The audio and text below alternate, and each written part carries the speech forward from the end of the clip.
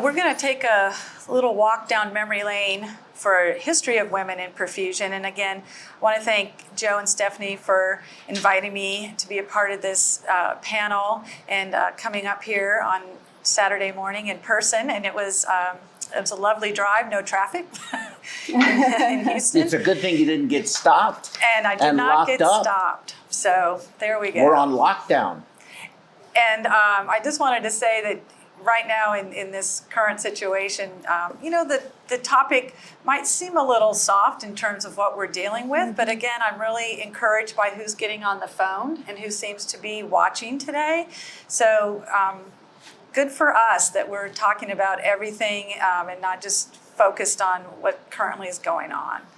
So I just want to review some milestones in perfusion, and again, I'm not bashing the men, but we're just highlighting and focusing on our women in perfusion, our roles and contributions. I have a few slides that are just repeats of Terri, so we won't dwell on them too much, and then discuss some opportunities and strategies for our professional growth and our satisfaction in perfusion. And again, we've had a lot of great conversation already about that, so I'm looking forward to continuing that, especially with our panel in terms of what they've been able to achieve and how they went about that. So let's start with where women have been, and we really assume a lot in terms of the nursing profession and how that kind of maybe stepped into perfusion a little bit. So we know that kind of came to the forefront mostly in the Civil War. There was just so much wound and destruction during that women, that profession really came around.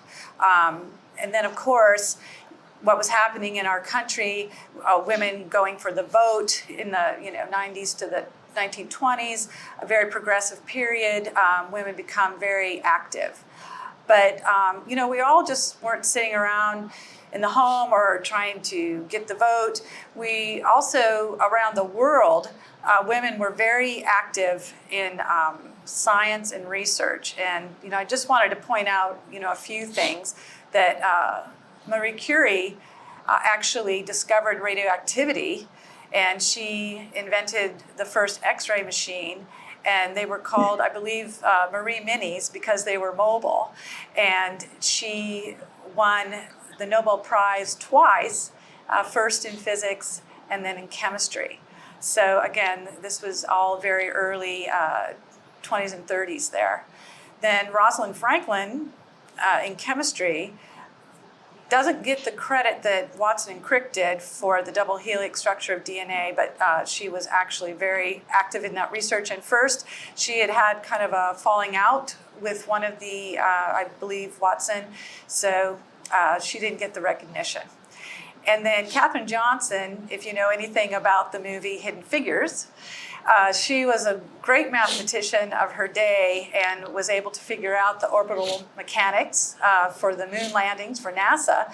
And she actually was in the space program for over 30 years and just recently passed away this past February. I saw that. I remember seeing that. Yeah, February 24th of this year. So again, women are making lots of contributions to science, way before we're behind the heart-lung machine.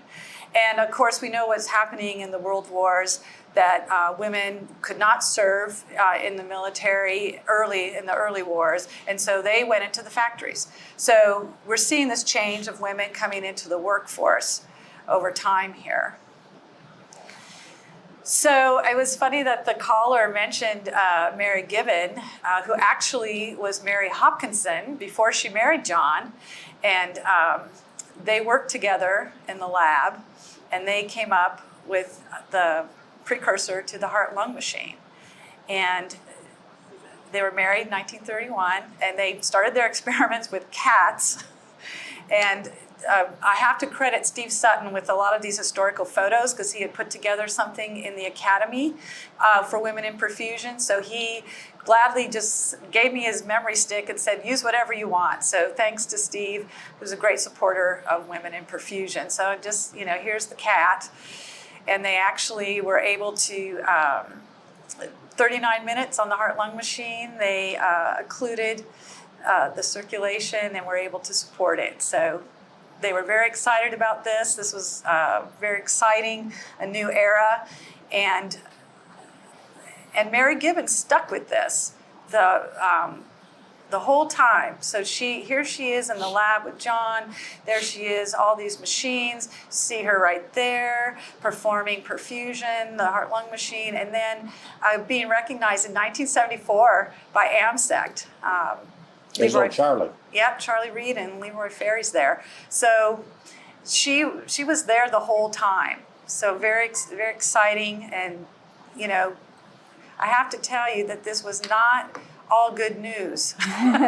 This research and the experiment, the science, and just trying to get this idea to work was not very successful, as you can see. And if you look at some of these names, Dr. Mustard, all these pediatric congenital procedures that we see now, Senning, all these people were really having pretty poor results. So this wasn't a feel-good day every day, but they're sticking with it. They're trying to, that mortality rate today would be absolutely horrific and unacceptable. We're down to about 2% for coronary artery bypass in this country today. So again, they really kept working at it and fighting through it to make it all better and to continue the technology.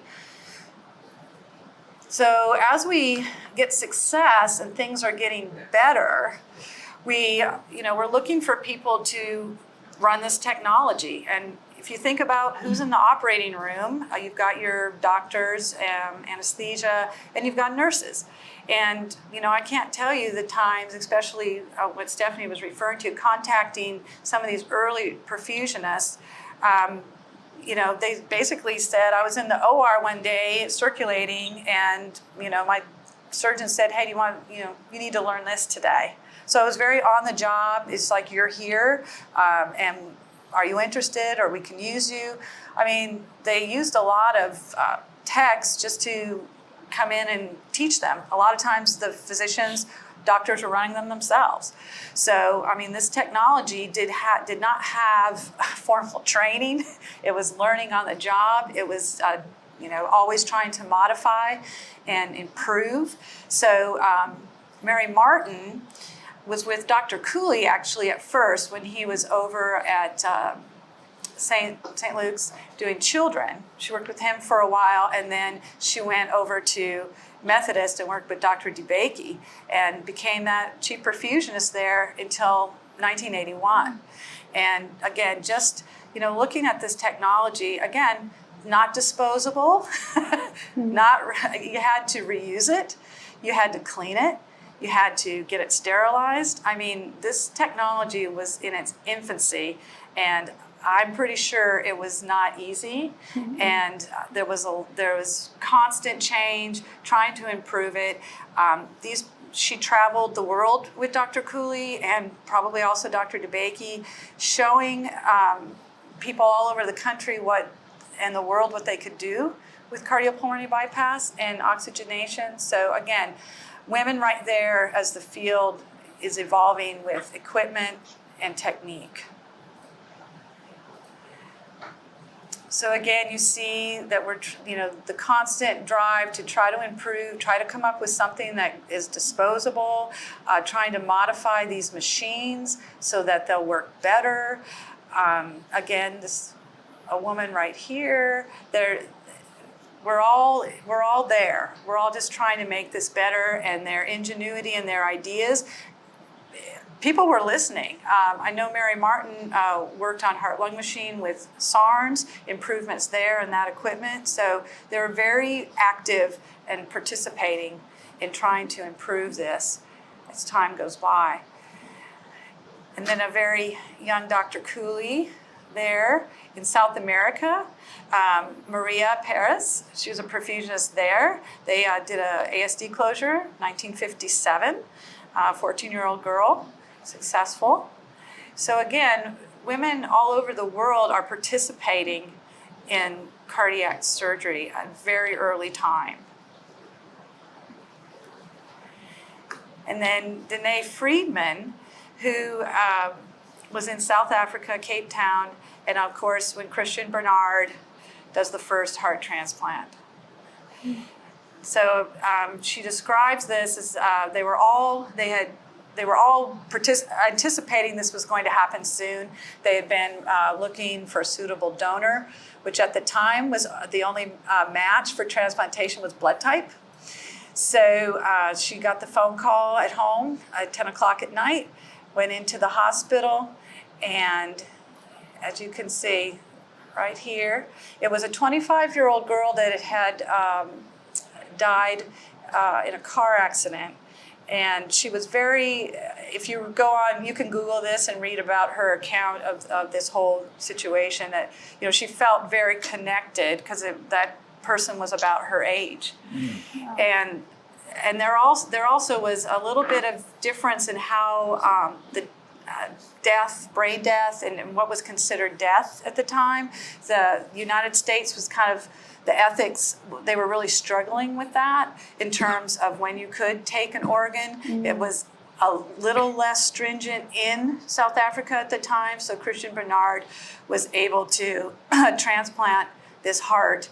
And again, that was the beginning. You know what happened after that? It was just absolute frenzy. He was the first, but weeks later, it was done in the States. This particular patient who received the transplant only lived 18 days, and he died of pneumonia, not rejection, which ended up being the next big problem for transplantation, was rejection. But he lived 18 days. But again, she was a young perfusionist, nursing background, and part of this very, worldwide event. Again, we've got people all over the world. This is a physician running the heart-lung machine, 1980, Poland. They're using hypothermia, deep hypothermia, and just trying to make strides in this technology. So again, perfusionists, whatever that meant at the time, it was very on the job. See one, do one, but teach one. So how do we teach one? And I think it became apparent that there needed to be some structure around what this new profession was, and how do we do that.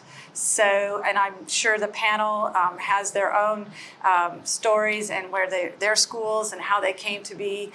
This is just particularly Texas Heart. They did their first perfusion class, 1972, and as you can see, there's Diane Clark.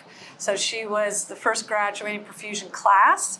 She was also one of the first board directors on the American Board of Cardiovascular Fusion, 1975, and along with Charlie Reed, which is down here, he is down here, they co-authored their first edition of a perfusion textbook, technology textbook. So again, now we need to try to structure this and put some education behind this new profession.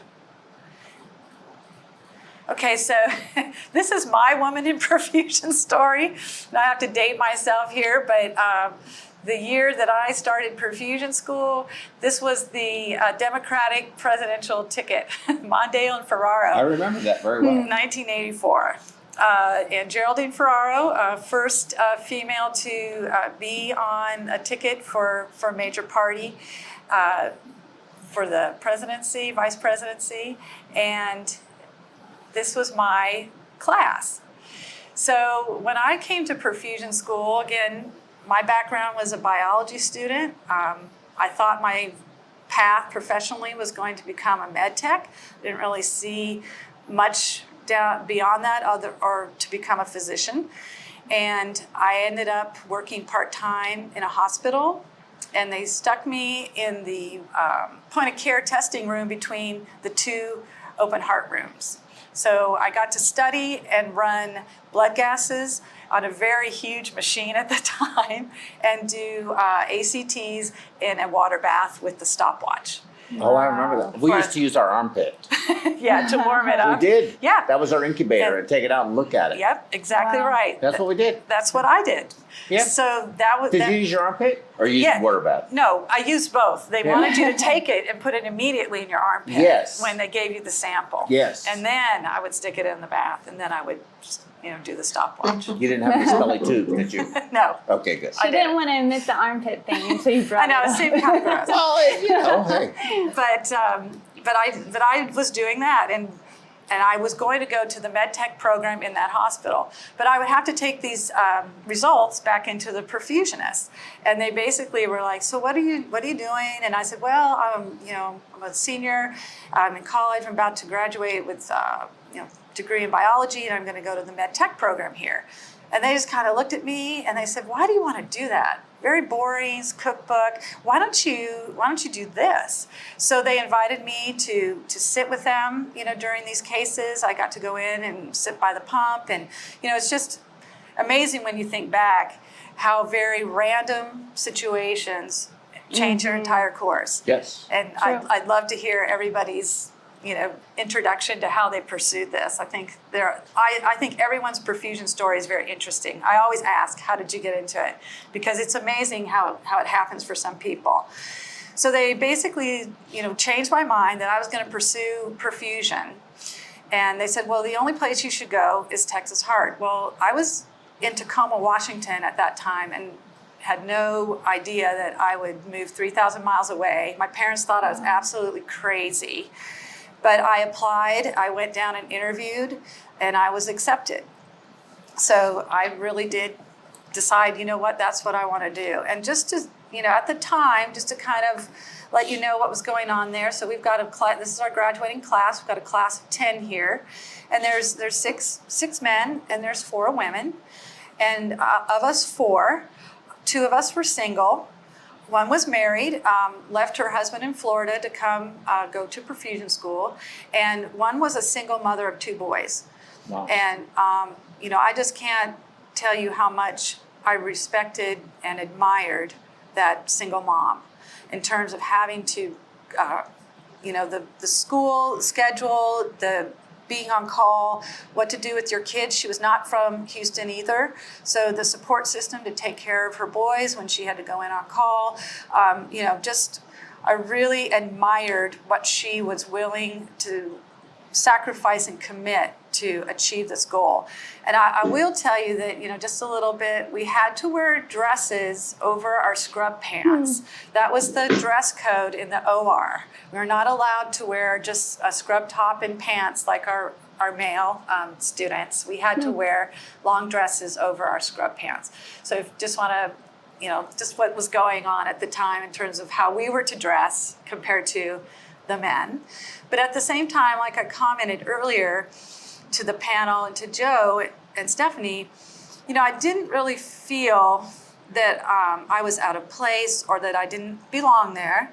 At the time, the assistant program director of that program was a female, and I did have at least 5 women staff instructors that were very good mentors, very instrumental in just, showing me that this was possible. This I was just like everybody else, and I earned my right there. I will tell you though, the first day of class, Charlie Reed was still there. He was not the program director. He was basically in an emeritus role then, consulting. But he gave us kind of our first gloom and doom lecture of how you're going to kill somebody, and just kind of keeping it real for us. And he did look at me and say, well, I bet you're going to vote for Ferraro in Mondale. So again, back to Terry's comments about how the immediate assumption of what, gender and what somebody thinks and does. And, I was intimidated by that. I didn't really answer, just kind of tried to blow it off in terms of, well, we'll see, or, because your first day of class, you don't want to be sent home. So I'm like, what do I got to do here to end this being called out and then just move on? So it goes back to kind of trying to fit in and just not make any trouble there and just do my work and earn my degree. So Good for you.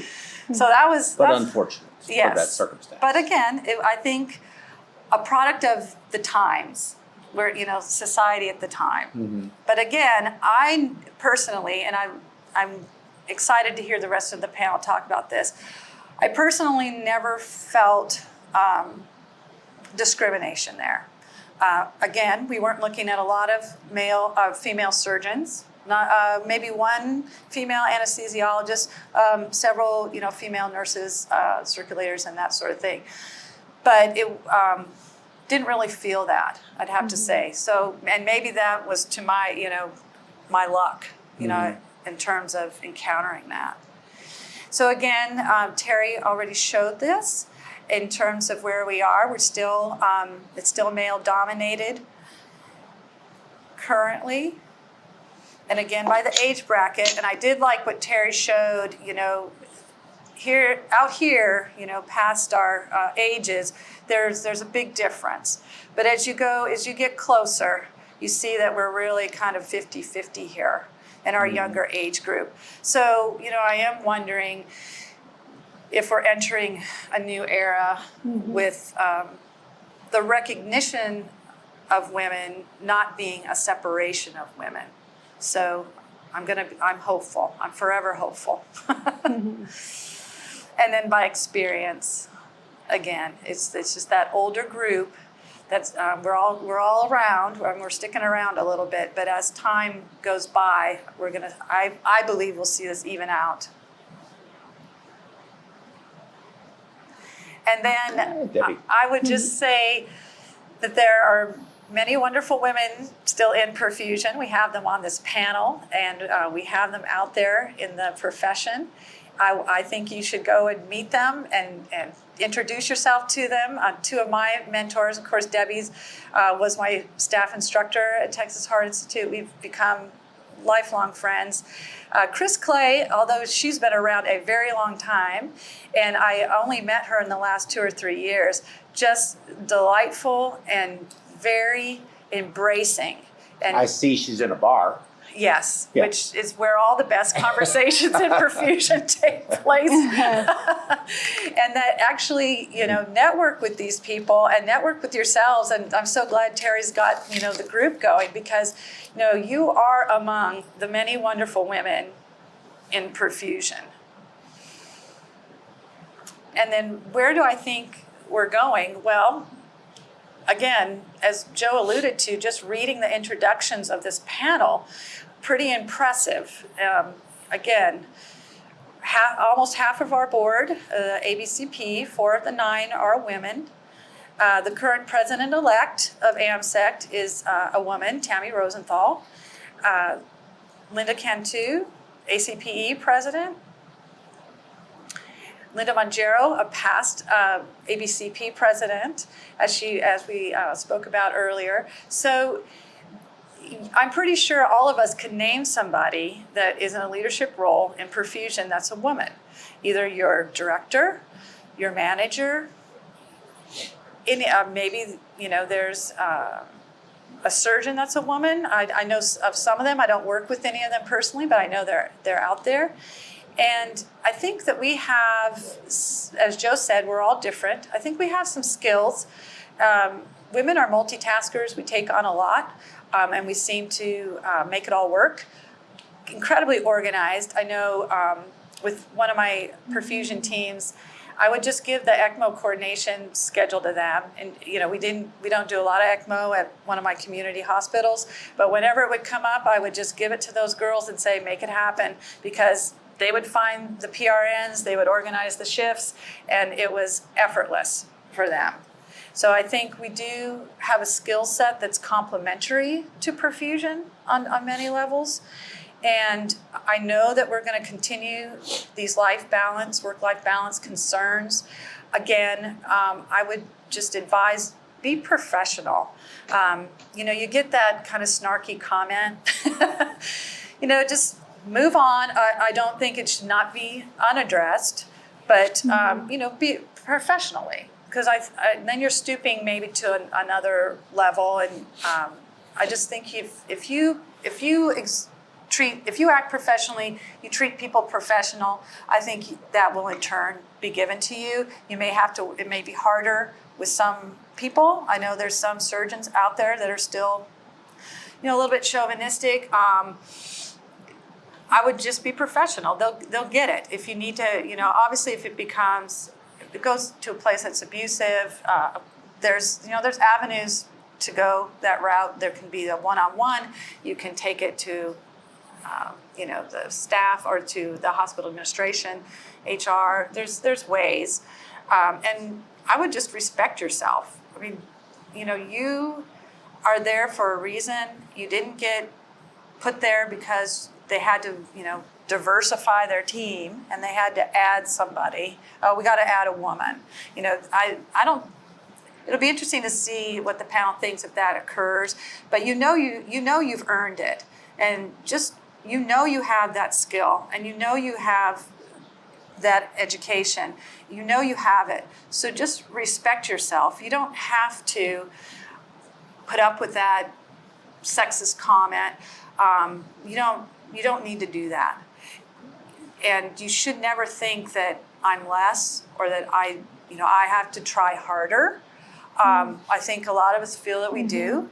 I think the achievement that some of us have achieved, the things we've done, maybe we felt like we needed to do that just to be able to be recognized. But I think we're also in this profession because we are motivated and we're incredibly focused and we want to be here. So I would just say respect yourself and your team. You do want to be a team player. You don't have to take it to a level of, I like football and I would sit around and drink beer and watch football. But, if that's not your thing, that's okay too. But I do it because I like it. I don't do it because I want to fit in with my, male teammates. And then I think we're all pretty creative thinkers.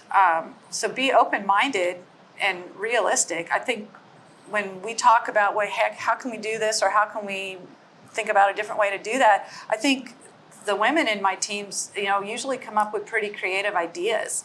They're pretty willing to go outside the box pretty quick. And I don't know if that's just, my team or if that's just in general. I think women will look at things. I think we will tend to take it all in, listen. I think we're good listeners as a rule. And again, we can talk about that as a panel. And I would say lead by example. Just, what you're doing, what you've got, your skills, be confident and lead the way. So in closing, I would just say that the women in perfusion have always been there from the beginning. So thank you very much for your time and attention. Very good. Excellent. Thank you, Ann. Thank you. Stephanie, you wanna lead off and maybe get everybody's opinions, your own questions? What happened? We lost Erin. Oh, I Yes. see. Oh, we lost her? Oh. Was I see her? No. Oh, Erin? She'll be back. They're just real low on the screen. That's weird. Oh. Oh, I see. That's half of Terry.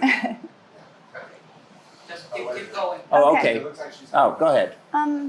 So one thing I wanted to comment on, one of the reasons I wanted to do this program this month is because it is Women's History Month, and I wanted to include the history of women in this profession as part of our discussion for today. And I knew that Ann would be the perfect person to do that, and I'm really grateful that you're here. Oh, so thanks. thank you for coming, and I loved your presentation. Linda, do you have anything to add? Yes, Ann, I'll say also, I loved your presentation, and I'm just honored to be on this panel with you. You've accomplished so many things, and I feel like I need to maybe go back into perfusion to keep up with you. Yeah, it'd be hard to do. It's hard to do for me, you know? And I've been doing this longer than her. I've never had to do the armpit ACT. No, and it makes me wonder if hairier armpits are male armpits warmer because they're more insulated. Well, I don't know. Shorter ACT. Now you're getting into some personal Yes. information there. Exactly. Well, do all women really shave their armpits? There you go. I mean, I know that's not relevant to today's talk, but it We is could take a point. poll. Yes. Right. So, okay, let me let you keep getting these some opinions here. Erin, do you have anything to add? Hey, Erin, can you hear us? I think she's frozen. She's frozen. she's Okay, frozen. what about you, Okay, how about Linda? Linda? Linda? Well, I mean, you hit every wonderful point you possibly could have. Everything you said is right on the money. And I think that, you know, one of the things that you said was that you were lucky. I feel the same way. I feel like I was meant to go into the perfusion profession, and I paved my way, and I did it on my own, but I didn't have a whole lot of resistance. And when I did, maybe I was just naive and I ignored it, as you said, but nothing held me back. And I think that take-home message is you have to just persevere. You just have to go on, and you have to do what's right for your family. And perfusion, being a perfusionist, it's a lifelong job, but it's not your whole life. So you have to focus on, you know, my family and what I do, and perfusion is my job, and that's the way you look at it. And you can become consumed by that. And early in you know, the 80s and even a little earlier than that, what you said was true, that, you know, women and men had a hard time. The people that I know that worked then that I was under, they worked their butts off. I mean, they work day and night, and it's changed a little bit now. It's different. There's more of us, even though there's more cardiac centers and we still have a shortage, people are working very hard.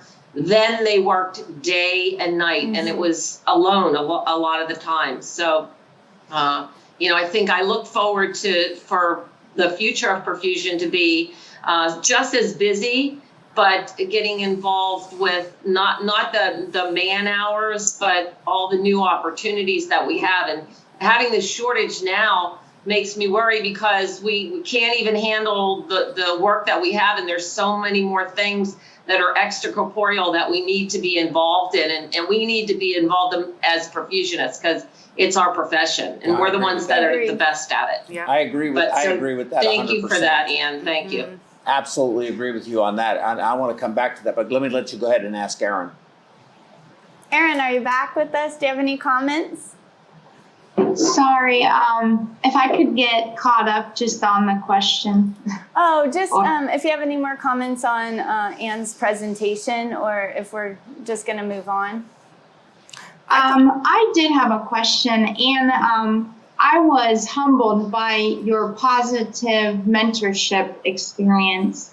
And as I travel throughout my different accounts, I am often approached by women that have a difficult time establishing these. They feel as if they do have someone they look up to, that person kind of has it eat their young approach to their subordinates instead of mentoring, or they have a cutthroat approach.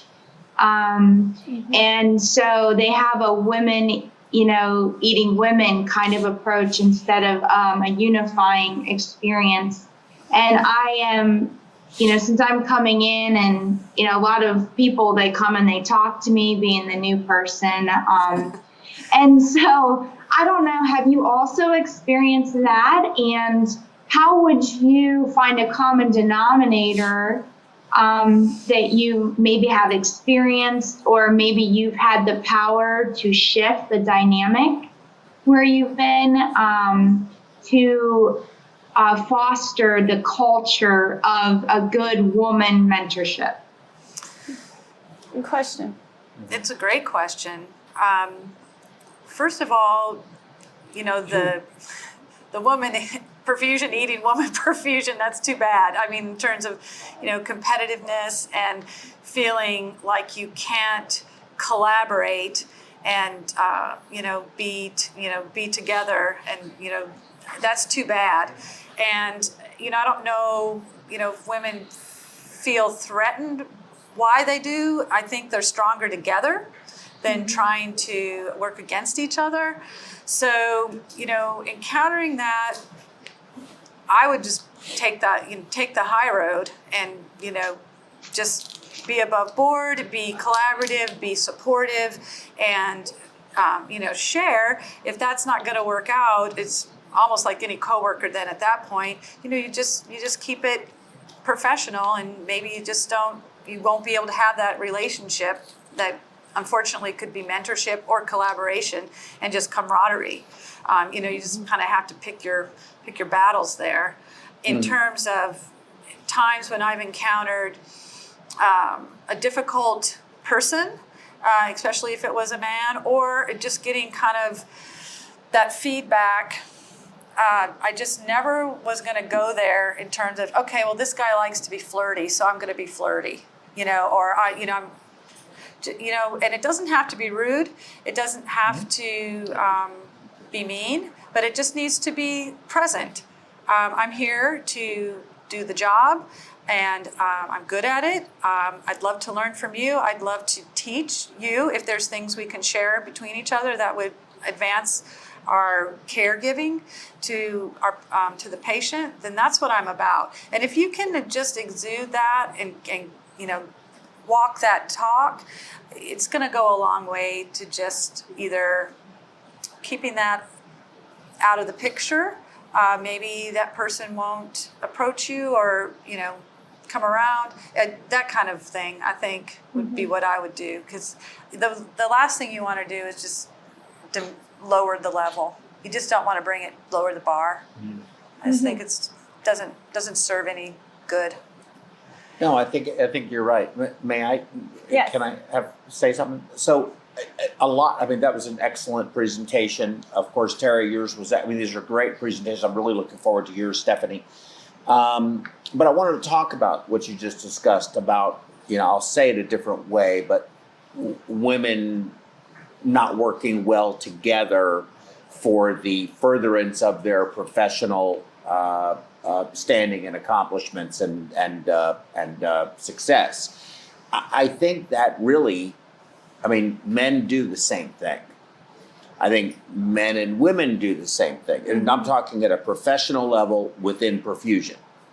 I've seen, and you said it, and I agree with it. I wrote it down before you said it. Professional jealousy, I think, is universal. I don't think that is just women and women. I think that is women and men, men and men, women and women.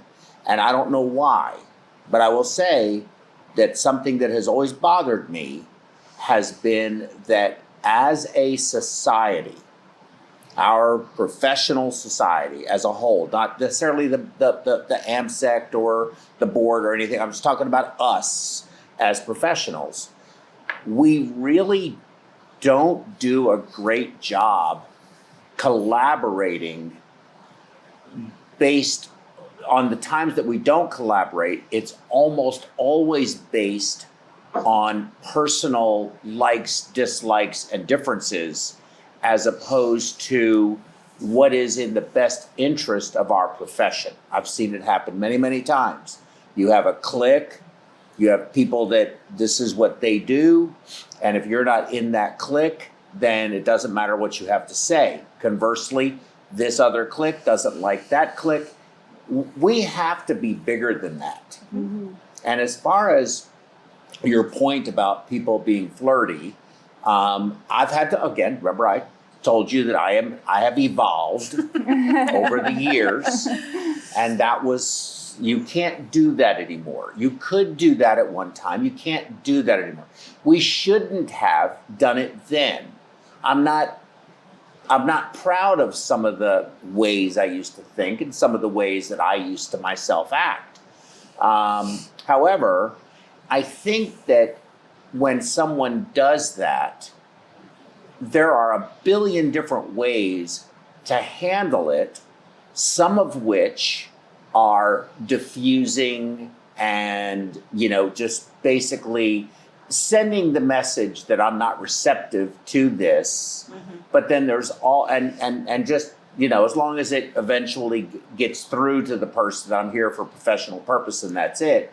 But there's also, and I've seen it happen before, where, and I'm really curious about what the ladies online and what you guys do think, that it can be taken too far too soon. In other words, at the first perhaps inappropriate comment that gets made, which shouldn't happen, all of a sudden, the next thing you know, there's a commission at the highest levels of the hospital, and you have, privileges being suspended. You have all kinds of things happening over what was perhaps a stupid comment and an inappropriate comment, but everyone, man or woman, young and old, are all fully capable at any given moment of saying and doing something stupid. You have to look beyond the moment at the person's actual character, conduct on a routine basis. It can't just be one thing and all of a sudden you have a giant, congressional inquiry and we're talking about, impeaching this person or destroying this person's life. And sometimes I think, I have seen, and I think some men feel frustrated by it, that things are taken out of context.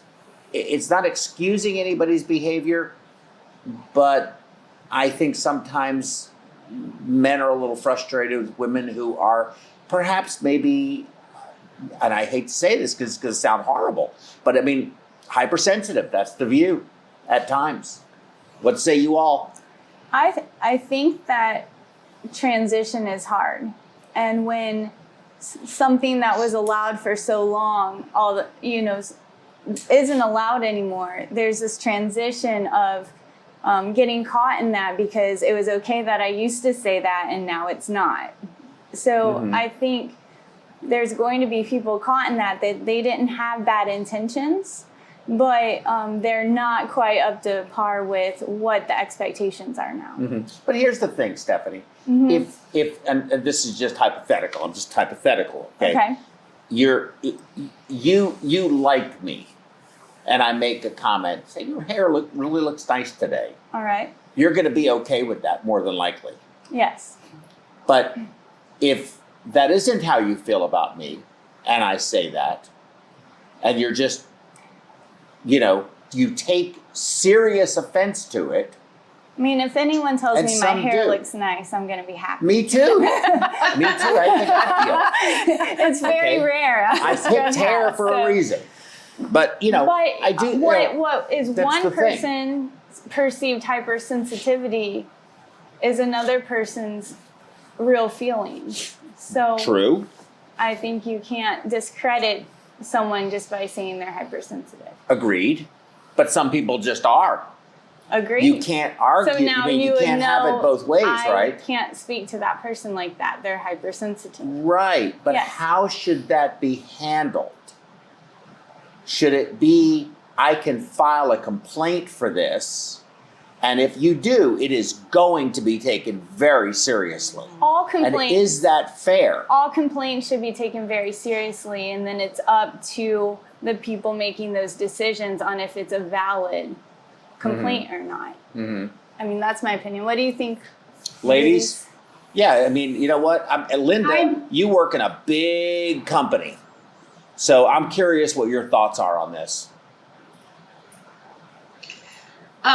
Well, this is a difficult, area to discuss. Really, I feel that inherently men and women are different, in many ways, and for you to be able to put those differences, aside and come and work together is ideal, but doesn't always happen. And having worked at a large institution with 30 perfusionists and now with specialty care and 500 perfusionists, I see, you know, these kinds of things happening all the time. And I dig down deep into personalities, and I ask what, you know, how do you feel about this? Do you think that's really true if there's an argument going on between women or men? And just try to understand. And I think women hold on to things longer than men. And it's just because it's the way that men and women have been raised. It's changing, that's changing. But I really think that, you know, men have a different approach. They scream at one another, punch each other in the face, and then they're friends.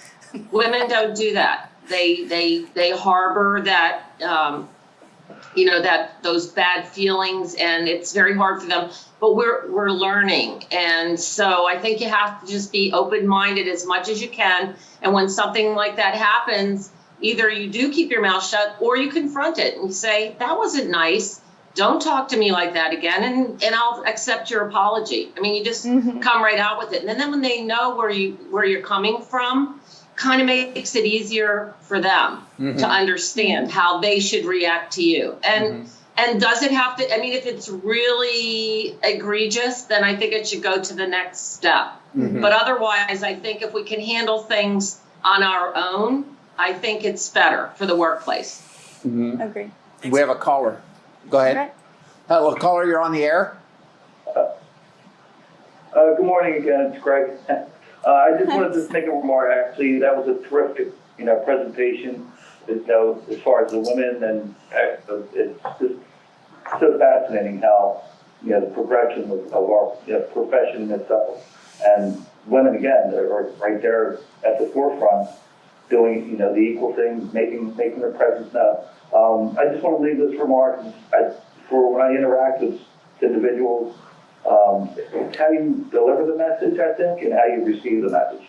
And any, you know, those words there, I tell it to students, you can be, again, the intention of that remark may have not been how they received it. And if it's offensive or just in a manner where you make them know that they are, you know, that whatever it is, that they understand when you do say things, again, how you say it and how you receive it. Just delivery of the message and the reception of the message. I tell these students that will hopefully lead you to a successful point in your career, and just take this as a start. But as you progress, if you kind of keep that in the back of your mind, not to be cautious of what you say, but just understand if you have a point, say it in a manner where you're going to deliver that message, where they're going to understand the reason why you're delivering it, and hopefully they'll receive it the way that you intended them to receive it, so they'll understand there isn't any kind of interpreting their, you know, just inferiority, just trying to make yourself identify that, you know, you could, how you said it could really define how this is going to go from there. So anyway, thanks again. Thanks, Greg. Thank you again. We appreciate that. He brings up some good points. Thank you. And that is that, you know, we're all responsible for feeling the way we feel. Somebody else can't make me feel anyway. Conversely, I really should not have, why should I have the power to make you or any of you out there feel anyway? I don't, you know? And so you got to take your own personal responsibility for how you, you know, react to whatever is happening around you. Doesn't mean you have to accept it, but how you react to it is entirely up to you, and how you take the information and do whatever you want to with it. You know, if you feel worthless after a case that's been a bad case because, you know, Dr. So-and-so was mean to you, that's not Dr. So-and-so's problem. There may be a problem with his behavior, but if that's how you feel, that's on you, not anybody else. That's my fundamental view. What say you? Well, again, I think also the way we work, we're in intimate teams when we're doing cases with, doing very complex things, very important things to a patient. So, you do have to temper what's going on and in the room in terms of, we've got to, we're here for the patient. We need to deliver this care. You cannot get going with somebody in communication that's headed down a path where everyone's getting distracted, unfocused. The energy's going in completely the wrong area. You can't do that. Mm-hmm. It's like, you said once, there's no crying in perfusion. Yeah. I mean, True. you can't run away most times. As Linda said, many times by yourself. You're going to have to complete that case. You're going to have to do this surgery. You're going to have to do this. And I think it does, it should make all of us think before we speak. And also, just as Linda alluded to how you take that and, just move on. You can be professional and you just move on. If things do continue to progress and need to be escalated, then okay. But we're in too much of a complex and high stakes situation most times to not have a little thicker skin in terms of letting things. I think you just That's brought up a true. very good point. Perfusionists, whether you be male or female, are in the sanctum sanctorum and these are really, like you just said, high pressure, high stakes bingo. This is not working in an office where you have this office etiquette and you have, everything is sort of controlled. We live in a controlled, chaotic environment with people that are under tremendous stress because, as you just said, there's a real person with a real family who is out in the waiting room praying that real person on the table is going to come out of this thing alive or in some semblance of alive. So, it's serious business. It's stressful. It's very hard. So, Erin, I'm sorry. We need to get the ladies involved. I'm monopolizing this. I'm sorry.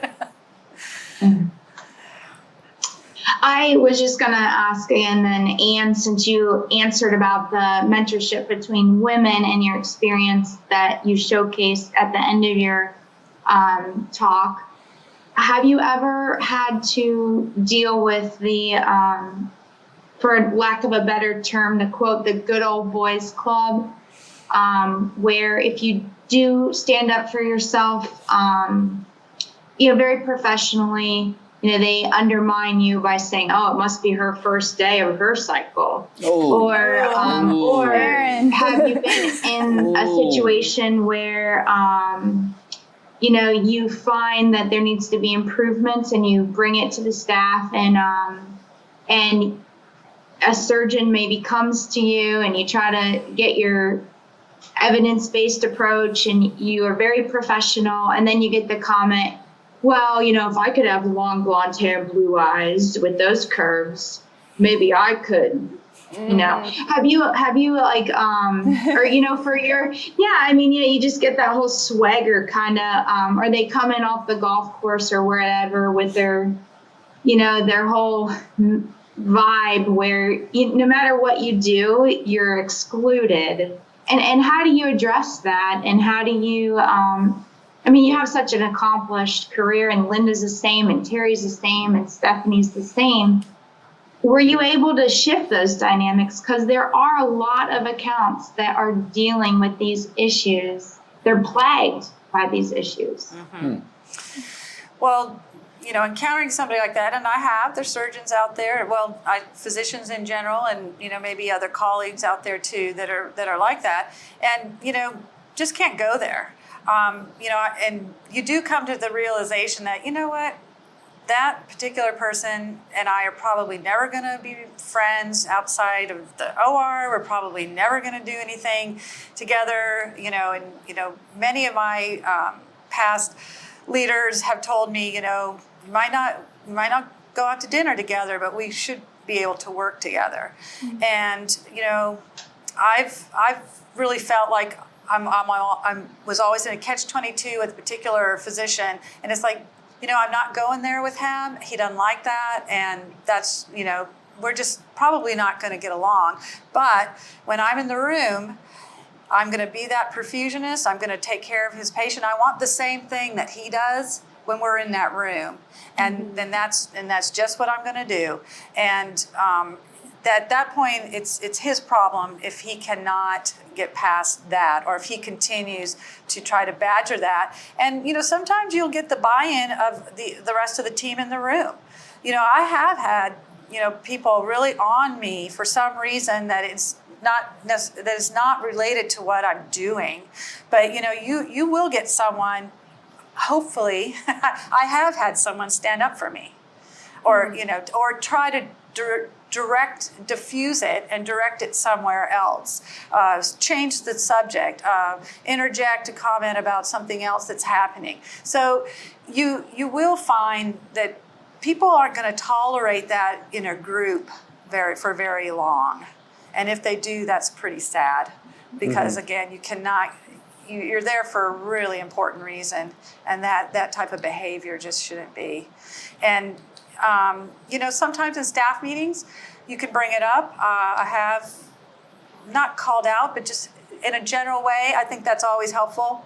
Instead of saying, "Hey, Joe, you know, you really, I can't stand your sexist comments," or you know, just try to talk about it in general terms. The people know who you're talking about, and usually. You just said Joe. I said, don't say Joe. Oh, don't. Okay, good. Talk about it in general terms. The people in the room know what you mean, and the person probably knows that you're talking to them.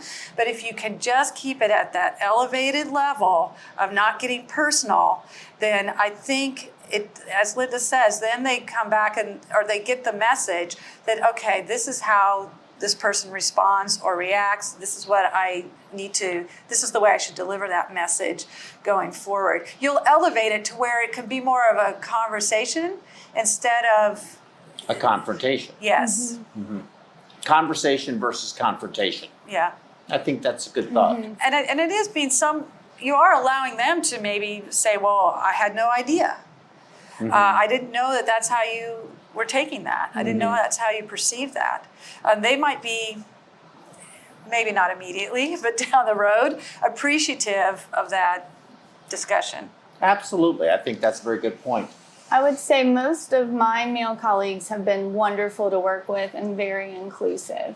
The only time that I felt a little bit of that good old boys club is when I was looking for work, to hear certain sections or certain places that may have been more, they really want guys, they're looking for this. That's the only time I think in my career that, well, not only, but that it's really bothered me a lot. I think the more subtle things maybe should have bothered me more than it had, but I'm very big on de-escalating and moving on. And any time that I felt like if someone didn't think I was enough because I was a female, I did what Anne said, I just worked harder. So I think that's it. Terri? Yeah, so, you know, this topic, we could probably do a whole new perf web on this topic alone. It's definitely not black and white. And, you know, it goes back to the question, can men and women be friends? You know, I got along with a lot of the surgeons I worked with, and they would go out with Here, say that, Terri, say that again. male perfusionists on Terri. weekends. Terri, You know, Terri, hold on a second. I've been, I've had good working relationships with my, yeah. Hey, Terri, you're Can you hear me? Yeah, you broke up really bad. Your sound trailed off from the Wi-Fi connection. Can you say that again from the, with your male perfusionist, you've worked well with other surgeons. That's, I think, where we lost you. Okay.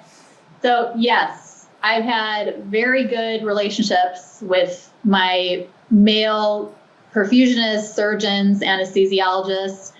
And, it goes back to, can women and men in the workplace be friends outside of work? How is that perceived? And I did have a surgeon, mention, it would be weird to have me join him and a couple other guys at a basketball game because that's just weird. Well, why? Why can't I be friends with them? I like basketball. I like going to things like that, but I'm a woman. How would people perceive that, me joining them? That's so the key. This, Right. and it's unfortunate. It really is unfortunate. And then as far as, Joe, you mentioned, we work in a very chaotic but structured environment. It's not like being in an office. It's unlike any other out there. And, I don't want that to be an excuse for bad behavior, obviously. It's fair. But we do have to recognize that, it's not like being in an office. So how far can you go with comments? I know that I would come home and tell my husband about all the dirty jokes people would say at work. And the profanity used in the operating room, he just would laugh and say that would never happen at my office. So, it is different. You bring up such a good point. I mean, I think that is, you're right. It is absolutely so different. And, I sort of, my default position is always to go back to the military. And, there's a lot of profanity in the military, but it's not in the same context. It has chaotic circumstances as well, as you can imagine, but it's very rank and order, professional. There's a code of conduct that you have in that environment. Let's say you're out on a battleship somewhere and you're in the middle of the ocean, or you're an aircraft carrier. But there's a lot of women on aircraft carriers. They're not telling dirty jokes when they're launching and recovering those airplanes. They're not in the mid. They're not acting in a way that is not commensurate with the seriousness of what they're doing. Now, I do think things have changed. The younger generation of surgeons and other healthcare professionals, as well as perfusionists, has changed a lot. But really, shouldn't it be, I'll ask this of Terri, Erin, Linda, Stephanie, Ann, I'll ask all of you. I'd like you to go around and answer. Should it not be a very succinct, precise communication, serious endeavor from the minute you walk into that room and put the drapes on the patient until you walk out? Should it not really be like that? Or should it be so funny, laughing, telling jokes, so forth and so on? Which should it be? I think it needs to be both. Because there are times, of course, the task at hand, very important, succinct communication, I think, is efficient. I mean, that's basically how it's all getting done and everybody's focused. But, sometimes at the beginning or maybe at the end, there's a little more maybe just informal discussion or communication. And I think that can be helpful too. I think that's where people, they know they're in this environment, they know they're doing this very important thing, but at the end of the day, and the end of the case, that they're there for each other too, and they do want to connect. I think people always want to connect, and you can be in that succinct. There's a time for that, it's probably the majority of the time, if not all the time, depending on your group, your team. But I do think there is a place for some of that more informal. I think it sometimes eases a little tension, maybe, gives somebody that feeling like, okay, everybody's feeling this, or everybody wants this, or everybody is trying, and just that little bit of humanity maybe that comes into it. But I think you can have that and professional decorum at the same time. I don't think, Stephanie doesn't like working with me because I'm wound up really tight. And no, I am. I mean, it's true. Like, I'm wound up really tight. I know. It's hard to believe. I like to keep things calm and like low stress, and only deal with like the stressful things that happen. Yeah. And yes, you are. Yeah, I'm wound tight. I know. Wound tight. Yeah, I understand. But it's just that's me. That's how I am. I've been like that for 42 years now. I'm not changing. It's not going to happen. Too late. But I did get a comment from Roxanne. I want to pass this on. Roxanne Hahn. Roxana Hahn. That name sounds awfully familiar.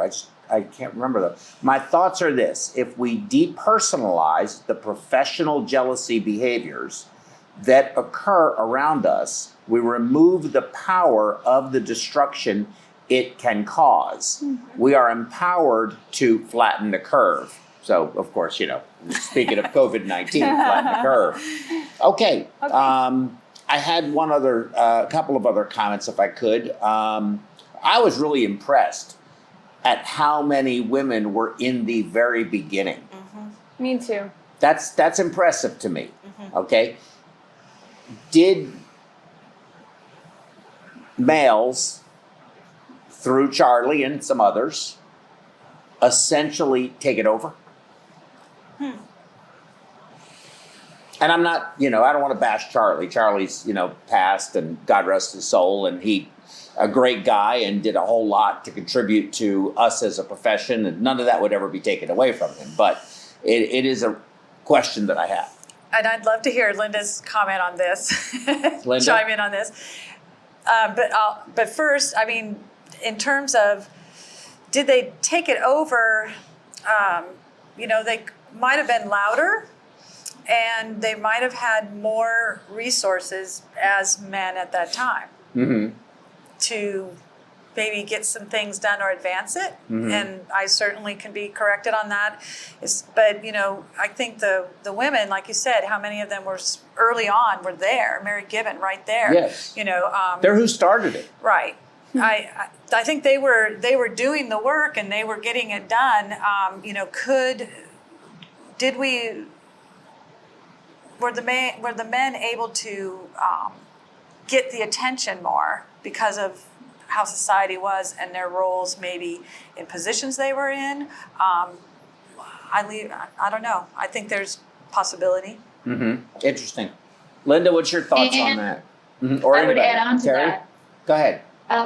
So, most of the early perfusionists were on the job trained, correct? Yes. So where were these men who were trained to be perfusionists? Were they typically in roles that women weren't in at the time? And so it just, happened to be that they were around to be trained. And women who entered the field had to go through more of an educational, Texas Heart Institute training program in order to be a perfusionist back then. Yeah, that's a good point. That's good. It's probably true. Where I have no idea what Charlie Reed's profession was before he became a perfusionist. Not sure if he was. He was in the Navy. So I think military, maybe. He was in the Navy. Because when we think about some of our early, our men that have been around a long time in perfusion came from military. Yeah, that's how I feel. Yeah. In fact, before we leave this session, if we could, because we do need to take about a 15-minute break. The guys over there are like, time. I know we've already gone past. This is what happens every program. But because we've gotten a lot of input. But you had asked a question. You wanted to ask everybody how they got into perfusion. Yes. We know how you got into it. You told us. Yeah. So why don't we start with, we'll do Linda, Erin, Terri, and Stephanie. So Linda?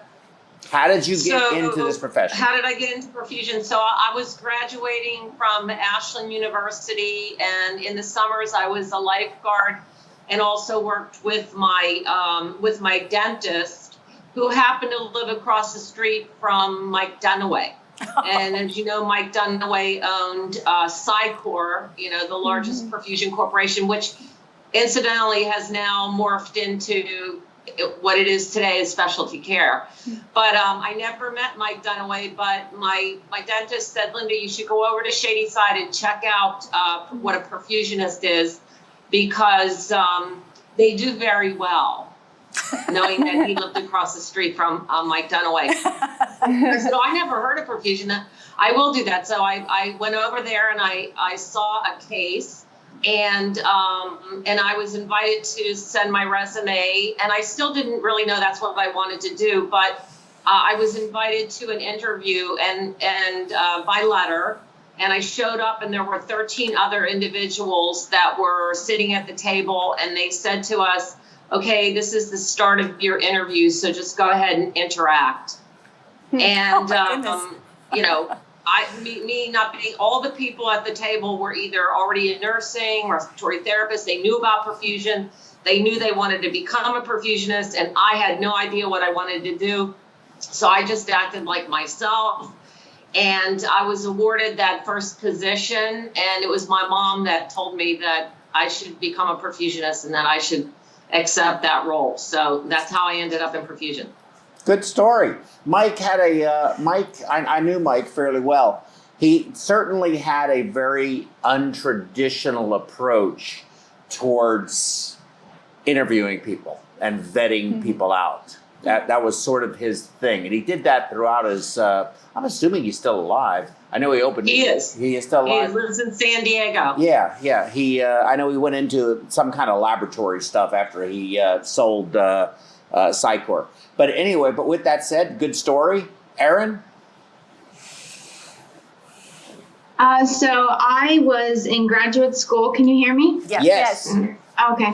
I was in graduate school. I was doing research, and my husband and I had our first child. He's about to be 15, and he was had a birth defect. He was gravely ill for an extended amount of time, and he almost maxed out his medical benefits. They were set at $1 million. Wow. Because that used to be a thing. And I thought, wow, this PhD is awesome. I already passed my candidacy exams. I had one more experiment towards my dissertation to go, but I didn't think I could afford to have this child. And so I did perfusion in the laboratory setting for organ harvesting and molecular studies, cell staining studies. And I used a lot of the lab techniques. And I was in a program that had a correlation to Cleveland Clinic. So I just went up, I saw a case, and I got in. It was about a 3-week turnover time. Wow. And I thought, at least I can raise this child and afford his medical bills. And it has blessed me financially, and it's been very rewarding as well, because I really understand I feel that I understand how the patient's family feels. Oh, yeah. My kid has been on the operating room table quite a few times, and 2 were life-threatening. So I take very serious patient care, quality of care, and I do it for my teenager who now is about to be 15, and he's doing wonderfully. And I got a second in tow as well. I had my other child in the program for Cleveland Clinic. So. Good for you. Great story. That And is a I'm great so story. glad I'm so glad your son is doing great. I am so happy to hear that. That is a good story. Yeah. With a happy ending. We like happy endings, that's Yes. for sure. Terri, you're up. Yeah, thanks, Erin. That's an amazing story. Oh, so for me, I was a biology pre-med major at Illinois Wesleyan University. And after my first year there, after my freshman year, I decided I did not want to go to med school. And my parents I considered maybe switching to nursing school, but nursing school would require me to basically start over. And my parents told me if I wanted to start over, I'd have to pay for that last year, that 5th year of school. So I said, okay, well, I'm not going to do that. So what am I going to do? And my mom happened to come across an article in the Chicago Tribune, which talked about up and coming medical professions. And it listed about 10 of them in a graph that showed what the starting salary was for that profession. And perfusion happened to be one of them. And the starting salary looked pretty good. And it didn't require me to go to medical school. So I said, what is that? And my boyfriend, who is now my husband, helped me research perfusion and perfusion schools in the United States. And this is before we had Google. So I didn't even have email at the time. But he helped me find all the programs in the US that offered a training. And so I just decided I'm going to apply to Rush University because it is in Chicago and that's where I'm from. And so they had me come up and watch a case, and I was one of 42 applicants at the time, and they accepted 7 for their class for the next year, and I happened to be one. So Lucky 7. I never looked back. Lucky number 7. Yeah. Good for you. Good for you. Great story. Steph? So, when I was 16, I was dead set on medical school. I mean, I've always been a planner of like, I'm going to do this, be this. And then I actually had my daughter when I was 16. And when I started doing the math of how many years and how much money it would take to get through school and how old my daughter would be by the time I finished, I was really desperately looking for another career that would be as rewarding, or I would feel like I still did and accomplished the things I wanted to, even though I wasn't going to go to medical school anymore. So a recruiter from Ohio State came to my school, and we were all sitting, and he started talking about all these programs that Ohio State has that people don't know about. And he said, my brother, he's a perfusionist, and he does really well. Everybody does really well. How come everybody else is doing so well? So my mind clicked that, I don't know, I felt like, wow, I could be in heart surgery and do something really rewarding and finish school before my daughter started school. That was my goal, to finish college before my daughter started kindergarten. So I finished high school, and every year I was in college, it was geared towards getting into perfusion school, and at Ohio State, I guess. I didn't apply anywhere else. And I don't know what would have happened if I hadn't gotten in, because from the time I was 16, so when I got accepted, it was just like 100% focus on that. So I did graduate when my daughter was 4, and it has been a very rewarding career for me, and fulfilled all the personal goals I had as well. So. Good for you. Those are all great stories. Okay, so good stories.